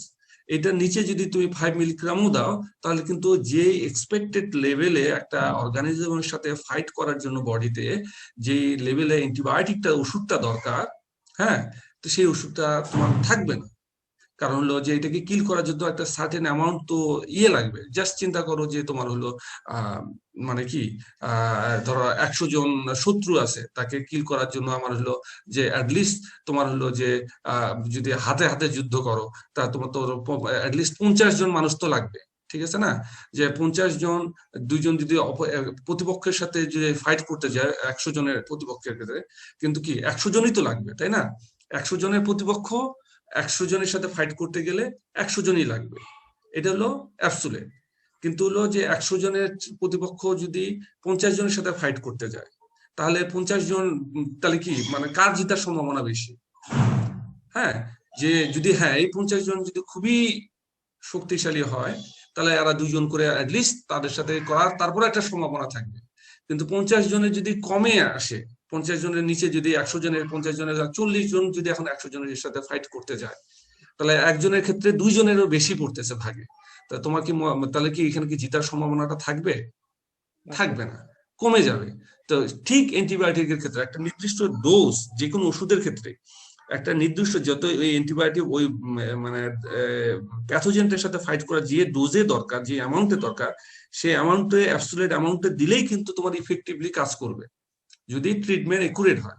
আর যদি ইফেক্টিভ অ্যামাউন্টে যদি না দাও, তারপর অন এন এভারেজ একটু কমে দাও, তাহলে হয়তো একটু সময় নিবে, হ্যাঁ, কিন্তু ফাইট করবে। কিন্তু একেবারে যদি সাব নর্মাল ডোজে দাও, হ্যাঁ, যদি একবার নর্মালের নিচে দাও, তখন কিন্তু এটা ফাইট মানে অ্যান্টিবায়োটিকটা কাজ করতে, মানে ধরো সে কিছু ব্যাকটেরিয়াকে মারবে, কিন্তু আবার যেই ব্যাকটেরিয়াটা থাকে যাচ্ছে সেটা আবার মাল্টিপ্লাই করতেছে, মাল্টিপ্লাই করে আবার কিন্তু এরা বংশবৃদ্ধি করতেছে। সো ওই অ্যান্টিবায়োটিকটা ওইটার জন্য ইফেক্টিভ, বাট হলো সাবনর্মাল ডোজে হওয়ার কারণে তারা তাদের ইফেক্ট দেখাইতে পারতেছে না। তার মানে কি হচ্ছে যে আবার যে ব্যাকটেরিয়াটা সার্ভাইভ করে যাচ্ছে সে তখন করবে কি, যে ওই অ্যান্টিবায়োটিকটা তো সে একসেপ্ট করতেছে, সে একটা মেকানিজম খুঁজে নিবে এই মধ্যে বডিতে, যে ওই অ্যান্টিবায়োটিক থেকে এসকেপ করার জন্য, ওই অ্যান্টিবায়োটিক থেকে বাঁচার জন্য। তখন সে এই যে বাঁচার যে একটা মেকানিজম খুঁজে নিচ্ছে সে বডিতে, সেটাকেই বলা হচ্ছে যে রেজিস্ট্যান্ট ডেভেলপ করা। ঠিক আছে? সো লং টাইম যখন ওই অ্যান্টিবায়োটিক দিয়ে ট্রিটমেন্ট করবা, আবার ওই অর্গানিজমটা বডিতেই আছে, তো স্বাভাবিকভাবে তুমি যখন, তোমাকে এখন তুমি গরমের দিনে থাকো, গরমের দেশে থাকো, হুট করে যদি তোমাকে আমি যেরকম -5 ডিগ্রিতে নিয়ে যাই, হ্যাঁ, তাহলে কিন্তু তুমি কি 2-4 দিন, প্রথম -5 ডিগ্রি বলছি আমি, যে -5 ডিগ্রিতে গেলে তোমার হলো 2-4 দিন, কিন্তু তোমার হলো মানে 2-4 দিন না, অন্তত পক্ষে 1 সপ্তাহ 2 সপ্তাহ ধরো, মানে সার্ভাইভিং এ খুব কষ্ট হবে, তো তুমি কিন্তু মরে যাবা না। ঠিক আছে? কিন্তু যখন 2-4 দিন, তুমি 2 মাস 3 মাস 5 মাস থাকে যাবা ওইখানে, তখন কিন্তু দেখবা যে ওইটা তুমি কিন্তু ইউজুয়াল হয়ে গেছো। কিন্তু তুমি যদি এই -5 থেকে আমি যদি তোমাকে ডাইরেক্ট -70-তে নিয়ে যে ছাড়ে দেই, তোমার কিন্তু অনেক সময় শকের কারণে তুমি কিন্তু, যে 2-3 দিন যদি তোমাকে ওরকম আমি সাপোর্ট না দেই, তুমি কিন্তু মারাও যেতে পারো। ঠিক আছে? তো সেই ক্ষেত্রে যে অ্যান্টিবায়োটিকটার ব্যবস্থা ওরকম, আমি সাবনর্মাল ডেজ দিচ্ছি, হ্যাঁ, 5 ডিগ্রিতে, তোমাকে যখন ও একটা, তখন কিন্তু তুমিও কিন্তু একটা, সেও কিন্তু একটা মেকানিজম খুঁজে নিবে সে বাঁচার জন্য। এবং বাঁচার যে মেকানিজমটাকে, এইটার কারণেই হলো যে মেকানিজম তৈরি করলো সে, সেটাই কিন্তু তাকে হলো যে রেজিস্ট্যান্ট গ্রো করা, গ্রো করতে সাহায্য করতেছে। ঠিক আছে? রেজিস্ট্যান্টটা ডেভেলপ করতেছে এগেইনস্টে ওই অ্যান্টিবায়োটিকের ক্ষেত্রে। সেই কারণেই আমরা কিন্তু ওইটা আমরা মানে একটা যে এডুকেট যে অ্যামাউন্ট অফ ডোজ, সেই ডোজটা দেওয়ার চেষ্টা করব। এখন আবার আসি অতিরিক্ত জোরে, যদি 25-এর বেশি দেয়, আমি সেটাই বললাম যে এটা টক্সিসিটি তৈরি করবে। হ্যাঁ, টিস্যু নেক্রোসিস করতে পারে, তারপর হলো এনিমলটাকে তোমার হলো অ্যানাফাইলেটিক শক দিতে পারে, হাইপার সেন্সিটিভিটি হইতে পারে। তো অনেক ধরনের এরকম তোমার হলো যেগুলো হলো যে টক্সিসিটি আছে বডিতে, অ্যান্টিবায়োটিক ওভার ইউজের কারণে, ওভার ডোজের কারণে, সেটা আবার অ্যান্টিবায়োটিক তোমার হলো রেজিস্ট্যান্ট গ্রো করার জন্য সবকিছুই কিন্তু হইতে পারে, এবং বডিতে ডিপোজিশন হয়ে থাকতে পারে। ঠিক আছে? তো এই দুইটাই কিন্তু আমাদেরকে মানতে হবে। আবার এখন আরেকটা তোমাদের এক্সাম্পল আসতে পারে যে স্যার, হ্যাঁ, অ্যান্টিবায়োটিক লো ডোজে আমরা তো অনেক সময় ব্যবহার করে থাকি। ফর এক্সাম্পল যেমন হলো প্রোবায়োটিক্স এর ক্ষেত্রে, প্রিবায়োটিক্স যেটা, যে প্রিবায়োটিক্স এর ক্ষেত্রে আমরা অ্যান্টিবায়োটিক এডিটিভস ইউজ করে থাকি, যে সব সময় একটা লো ডোজে একটা অ্যান্টিবায়োটিক এনিমেলকে দেওয়া, যেন হলো যে যেগুলো নর্মাল প্যাথোজেন আছে সেগুলোকে ডিস্ট্রয় করা। এখন কিন্তু এই কনসেপ্টটা চেঞ্জ হচ্ছে। হ্যাঁ, এটা দিলে কিছুটা কাজ হয়, কিন্তু এটা কিন্তু দেখা যাচ্ছে যে এটা তোমার হলো যে অ্যান্টিবায়োটিকের রেজিস্ট্যান্ট ডেভেলপ করার জন্য খুবই একটা সক্ষম ভূমিকা পালন করে। সে কারণে প্রিবায়োটিক বা এটা মানে অ্যান্টিবায়োটিক, যে লো সাপ্লিমেন্ট অফ অ্যান্টিবায়োটিক যেটা ফুডের সাথে থাকে, হ্যাঁ, মানে ফুড বাইন্ডার, ফুডের কোয়ালিটিটা যেন ডিটোরিয়েট না করে, সেই কারণে ইউজ করা হয়ে থাকে। বাট হলো যে অ্যানিমালের শরীরে যেন রেসিডিউ না থাকতে পারে, সেই লেভেলে রাখা হয়। যদি রেসিডিউ থেকে যায়, সেই লেভেলে কিন্তু এটাকে দিতে নিষেধ করা বলা হয়। এই জন্য প্রিবায়োটিকের থেকে প্রোবায়োটিকটাই ভালো। ঠিক আছে? তো এই কারণেই আমরা অ্যান্টিবায়োটিকের একটা যে সার্টেন ডোজ আছে, সেই ডোজটাই আমরা ইউজ করার চেষ্টা করব। ঠিক আছে? আমি বুঝাইতে পারছি? আসসালামু আলাইকুম স্যার। স্যার, আমার একটা কোশ্চেন ছিল যে এন্টারোটক্সিমিয়া এটাকে ব্রাক্স লাইক ডিজিজ কেন বলা হচ্ছে? এন্টারো টক্সিমিয়া, সেটাকে এন্টারোটক্সিমিয়া, হ্যাঁ। ব্র্যাক্সি ডিজিজ বলা হচ্ছে কেন? Good question. এবং আমি চাই এটার জন্য তুমি একটু কষ্ট করো। ঠিক আছে? আমি বলে দিলে তো এখনই বলে দিতেই পারছি, কিন্তু just search on Google why it is called braxy like disease. কিছু কিছু কোশ্চেন আছে, যেই কোশ্চেন গুলো তোমার হলো যে নিজে জানলে এগুলো মনে থাকবে বেশি, যেটাতে বোঝানোর কোনো কিছু নেই। ঠিক আছে? যে ওভার পালপি কিডনি ডিজিজ কেন বলা হলো, এটা কিন্তু যদি আমি সার্চ করতে বলা হয়, তাহলে আমি কিন্তু তোমাকে মানে তুমি এই উত্তরটা কিন্তু সহজেই পেয়ে যেতা। ঠিক আছে? যে এটা যখনই তুমি এটা পড়তে যাবা, তখনই কিন্তু ওইখানের মধ্যে চলে আসতেছে যে পালপি কিডনি ডিজিজ কেন বলা হচ্ছে। তো তারপর কিন্তু আমি এটা বলছি এবং বলার পরে যেটা করছি আমি, যে এটা কিন্তু খুবই ইম্পর্টেন্ট। এটা যদি না জানো, মিস করে ফেলো, তাহলে কিন্তু আমার কান্ট্রি অ্যাসপেক্টে তুমি কিন্তু একটা বড় ধরনের মিস্টেক করবা। যে একজন আসে বলতেছে পালপি কিডনি ডিজিজ, তুমি এটা জানতে পারবা না। কিন্তু ব্র্যাক্সি ডিজিজটা নামটা ইম্পর্টেন্ট, কিন্তু আমার কান্ট্রি অ্যাসপেক্টে ইম্পর্টেন্ট না। বাট এটাতে তুমি যদি পড়ো, তুমি যদি নিজে একটু সার্চ করো, লাইব্রেরি ওয়ার্ক করো, তুমি এটা জানতে পারবা। সেকেন্ডলি আরেকটা তুমি বলতে পারো যে স্যার আগের কোশ্চেনটা অ্যান্সার দিলে আমারটা অ্যান্সার দিলেন না। আগের কোশ্চেনটা সে যেটা করছে সেটা একটা খুবই ইম্পর্টেন্ট, যেটা বইয়ে পড়লে তুমি পাইতে পারো, কিন্তু এখানে বোঝানোর কিছু বিষয় আছে, হ্যাঁ, যে জিনিসটা, সেই কারণে আমি এটা ডিসকাস করছি। So in short, just go for বুক। যদি তুমি না পাও, নেক্সট ক্লাসে আমাকে জানাবা যে স্যার আমি এটা খুঁজে পাইনি, আই উইল টেল ইউ। ঠিক আছে? Okay sir, okay sir. আচ্ছা, থ্যাংক ইউ ভেরি মাচ। হ্যাঁ, স্যার স্যার লাস্ট কোশ্চেন। হ্যাঁ বলো। স্যার স্যার আমরা মানে এক্সামের জন্য কোন টপিকস গুলো এমফাসাইজ করব বেশি? এক্সামের জন্য কোন টপিকস গুলো এমফাসাইজ করব বেশি? কোন টপিকস গুলো? গুড। এক্সামের জন্য কোন টপিক গুলো মানে এমফাসিস করবা বেশি, সেটা কিন্তু আমি অলরেডি তোমাদেরকে যখনই আমি যে টপিকটা পড়াচ্ছি তখন কিন্তু আমি তোমাদেরকে বলে দিচ্ছি যে কোনটা কিসের জন্য ইম্পর্টেন্ট। তোমরা যদি একটু কেয়ারফুল হও, হ্যাঁ, যে বেসিকলি এইটুকু আমি তোমাকে কনফার্ম করতে পারি যে এক্সামের মধ্যে আমি কখনোই বলবো না রাইট ডাউন দা মানে প্যাথোজেনেসিস অফ দ্য ডিজিজ, মানে হলো ফাইনাল পরীক্ষা, রিটেন পরীক্ষার মধ্যে বা ক্লাস টেস্ট বলো বা যেটা, মানে এটা তোমার হলো এক্সামের মধ্যে, এক্সাম বলতে বুঝাচ্ছি রিটেন এক্সাম। কখনোই বলবো যেন write down the pathogenesis of এন্টারটক্সিমিয়া অথবা পালপি কিডনি ডিজিজ বা ওভারইটিং ডিজিজ। কারণ প্যাথোজেনেসিস মেডিসিনের মধ্যে যদিও পড়ে, কিন্তু তোমরা এটা অলরেডি পড়ে আসছো প্যাথোলজিতে। বাট এই প্যাথোজেনেসিসটাই কিন্তু তোমাকে ডেফিনেটলি যে কোনো টিচার ধরবে, আমিও ধরবো, তোমার হলো যে পরীক্ষার মধ্যে, যে ভাইবার মধ্যে যে আচ্ছা ঠিক আছে কেন এটাকে এন্টারটক্সিমিয়া বলা হচ্ছে, বা কেন এটাকে পালপি কিডনি ডিজিজ বলা হচ্ছে। সো এই যে প্যাথোজেনেসিসটা, সেটা কিন্তু তোমার হলো ওই আসপেক্টে ইম্পর্টেন্ট, ভাইবা আসপেক্টে ইম্পর্টেন্ট। বা রিটেন এক্সাম আসপেক্টে যেটা ইম্পর্টেন্ট, সেটা হলো মেডিসিনের সাথে যেটা তোমার হলো মানে রিলেভেন্ট। হ্যাঁ, ইটিওলজিটা আমি জানতে চাইতেই পারি।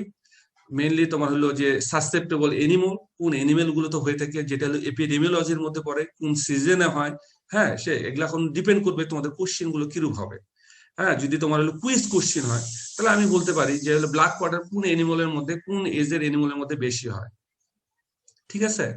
অথবা হলো যে পালপি কিডনি ডিজিজ কোন এনিমলের মধ্যে হইতে পারে বেশি, কোন সিজনে বেশি হয়, ঠিক আছে? ব্লাগলে কোন সিজনে বেশি হয়। তো এটা হলো যে এপিডেমিওলজি। তোমার হলো তার হলো কি ক্লিনিক্যাল সাইন বা ক্লিনিক্যাল ডায়াগনোসিস, যেটা ক্লিনিক্যাল ডায়াগনোসিসের জন্য তোমার ক্লিনিক্যাল সাইন লাগবে, হিস্ট্রি লাগবে, ক্লিনিক্যাল ফাইন্ডিং লাগবে, পোস্টমর্টম ফাইন্ডিংস লাগবে, তারপর কি লাগতেছে ল্যাবরেটরি ডায়াগনোসিস, ল্যাবরেটরি টেস্ট সম্পর্কে জানতে হবে।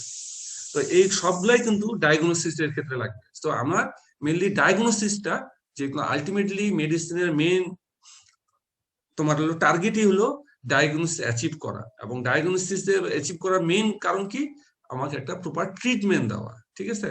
সো ডায়াগনোসিস এবং ট্রিটমেন্ট রিলেটেড যত কিছু বিষয়গুলো আছে, সেগুলো কিন্তু সবচেয়ে ইম্পর্টেন্ট। কারণ ডায়াগনোসিস করতেই কিন্তু তোমার হলো এপিডেমিওলজি লাগবে, ডায়াগনোসিস করতেই কিন্তু তোমার কজাল এজেন্ট লাগবে, ডায়াগনোসিস করতেই কিন্তু তোমার হলো যে পোস্টমর্টম কি চেঞ্জ আসবে সেটা আসবে, ডায়াগনোসিস করতেই কিন্তু তোমার লাগবে হলো যে কি প্রেজেন্টিং সাইন গুলো থাকতেছে সেগুলো লাগবে। যদিও তোমার প্যাথোজেনেসিসও জানতে হবে, কিন্তু প্যাথোজেনেসিস আমি বললাম যে পরীক্ষায় থাকবে না, বাট এই ইয়েতে থাকবে। এখন যে কোশ্চেনটা আসতে পারে যে কোন টপিক গুলো ইম্পর্টেন্ট, হ্যাঁ, কোন ডিজিজের ক্ষেত্রে যদি তুমি কোশ্চেন করে থাকো যে কোন, এটা হলো ওভারঅল সব ডিজিজের ক্ষেত্রে বললাম, এবং যদি কোন ডিজিজের ক্ষেত্রে তোমার কোন টপিকটা আসবে সেটা তো তাহলে বলে দাও, আমরা তোমাকে কোশ্চেনটা দিয়ে দেওয়া এক। আর দ্বিতীয় হলো যেটা ইম্পর্টেন্ট, তোমরা যদি আমার লেকচার ফলো করো তখন কিন্তু আমি অবশ্যই বলে দিই, ঠিক আছে? সেটা আমি এখন এইভাবে বলতে পারবো না। ফর এক্সাম্পল, যে আজকে যেমন যে আমি ডিজিজটা পড়াইলাম, ডিজিজের ক্ষেত্রে কোন কোন টপিকটা তোমাকে হাইলাইটস করে মানে এমফাসিস দিতে বলছি, আমি কিন্তু বলেই দিছি, যে কয়েকবার করে বলছি। তো তারপর যদি তোমরা না বুঝো যে এন্টারটক্সিমিয়া এই ডিজিজটা গুডের ক্ষেত্রে কিন্তু ইম্পর্টেন্ট, এবং আমি এটাও বলছি যে গোটের ক্ষেত্রে বা শিপ গোটের ক্ষেত্রে আমরা সেই ডিজিজ গুলাই এই লেকচার মানে এই কোর্সে ইনক্লুড করছি যেটা না পড়াইলেই না, ঠিক আছে? হ্যাঁ, না পড়াইলেই না, যেটা মানে না পড়াইলে তুমি মিস করবা। তার মানে হলো আমি ধরো 5-7টা তোমার গোট মানে রিলেটেড বা যে মানে মোস্ট ইম্পর্টেন্ট ডিজিজ ইনক্লুড করছি। তো এই 5-7টা ডিজিজ তো ডেফিনেটলি পরীক্ষা আসার মতো, তাই না? হ্যাঁ, যেহেতু এগুলা ইনক্লুড করা হয়েছে স্মল রুমিনেন্টের জন্য, এবং এগুলো যেমন টিটিনাস বলছি, আর টিটিনাস এর ক্ষেত্রে কি একটা কেস পাইলে আমি ডেফিনেটলি তোমার কাছে জানতে যেতে পারি ডায়াগনোসিস কিভাবে করবা বা ট্রিটমেন্ট কিভাবে করবা। হ্যাঁ, এন্টেরোটক্সিমিয়া, হ্যাঁ, এটা হলো তুমি হলো যে ট্রিটমেন্ট কিভাবে দিবা, যে কোন ডিজিজটার ক্ষেত্রে কোনটা ট্রিটমেন্ট। এখন একটা ডিজিজের ক্ষেত্রে ফর এক্সাম্পল আমি বলে দিলাম যে অ্যান্টার্কটিক ডিজিজের ক্ষেত্রে তোমার হলো ডায়াগনোসিসটা ইম্পর্টেন্ট, একটা ডিজিজের ক্ষেত্রে কিন্তু ট্রিটমেন্টটা ইম্পর্টেন্ট। আর অ্যানথ্রাক্সের ক্ষেত্রে তোমার হলো যদি পার অ্যাকিউট কেসে তোমার হলো মৃত্যু হারই বেশি, সো ওই ক্ষেত্রে কিন্তু আমি তোমাকে ট্রিটমেন্টটা কিন্তু অথবা চাইতে পারে একিউট কেসের ট্রিটমেন্টটা কি দিবা সেই ক্ষেত্রে আমি জানতে চাইতে পারি, ঠিক আছে? তো এই যে বিষয়গুলো সেগুলা তুমি যখন তুমি আমি যেই বিষয়টা যে টপিকটা যখন ক্লিনিক্যাল ফাইন্ডিং নিয়ে আলোচনা করতেছি তখন সেটাতে জানো, বা ক্লিনিক্যাল তারপর ডায়াগনোসিস নিয়ে আলোচনা করতেছি তখন সেটাতে যদি শুনো তখন কিন্তু তুমি ডেফিনেটলি বুঝতে পারবা যে স্যার কোনটাতে এমফাসিস দিচ্ছে। এবং যদি তোমরা নোট, আমি আগেই বলছি যে তোমরা এই ক্লাস লেকচারটা নোট ডাউন করে রাখো, তোমাদের পড়া পরীক্ষার জন্য অনেক ইজি হয়ে যাবে, ঠিক আছে? এই যে দেখো যে ইম্পর্টেন্ট কথা বলছি বা যে পরীক্ষার এই বিষয়গুলো তোমরা কিন্তু অনেকেই অলরেডি চলে গেছে, ঠিক আছে, ক্লাস লেকচার শেষ মনে করে। বাট এনিওয়ে এটা তোমাদের বিষয়, তোমরা যদি সব পড়তে চাও ডেফিনেটলি মোস্ট ওয়েলকাম, এবং পড়াটাই ভালো, ঠিক আছে? তারপর যদি তোমরা অল্প পড়েই ভালো করতে চাও বা কোর্স লোড কমাইতে চাও বা সবকিছু জানবা কিন্তু পরীক্ষার জন্য আর একটু ভালো প্রিপারেশন নিতে চাও, তাহলে তোমাদের ক্লাস লেকচার ফলো করার কোনো বিকল্প নাই। বুঝাইতে পারছি আমি? Okay sir. Good. So thank you very much for attending to this lecture. So I'm not sure tomorrow I'll be able to take any class, but I will let you know. ঠিক আছে, যে আমরা অন্য একদিন দিতে পারি। কালকে আসলে একটু ব্যস্ততা আছে, যে মানে আমি এটা জানাবো, ঠিক আছে, যে tomorrow ক্লাসটা আমি ইয়ে করবো কিনা। আর আরেকটা বিষয় তোমাদের জানাই দিই যে হয়তো অনেক সময় যে সোমবারে বা মঙ্গলবারে যে তোমরা রেগুলার রুটিন যেভাবে আছে সেভাবে আমরা ক্লাস নিচ্ছি, আনলেস আমি তোমাদেরকে আগে থেকে জানাই দিই বা না দিই। আর অনেক সময় আমার লিঙ্কটা সেন্ড করতে যেমন অনেক সময় ভুলে যাই বা অনেক সময় বিভিন্ন কারণে হয়ে ওঠে না, তো সেই কারণে যে তোমাদের লিঙ্কটা হয়তোবা তোমরা যদি ক্লাস লেকচার থেকে হয়তোবা আমি আশা করি যে আগের রাতের মধ্যেই পাবা, হ্যাঁ, ক্লাস লেকচারের লিঙ্কটা। আর যদি না পেয়ে থাকো তোমাদের সিআর আছে বা ক্লাস রিপ্রেজেন্টেটিভ আছে, সে আমাকে জাস্ট একটু জানাই দিও, ঠিক আছে? So thank you once again for attending to this lecture and have a good day. Thank you.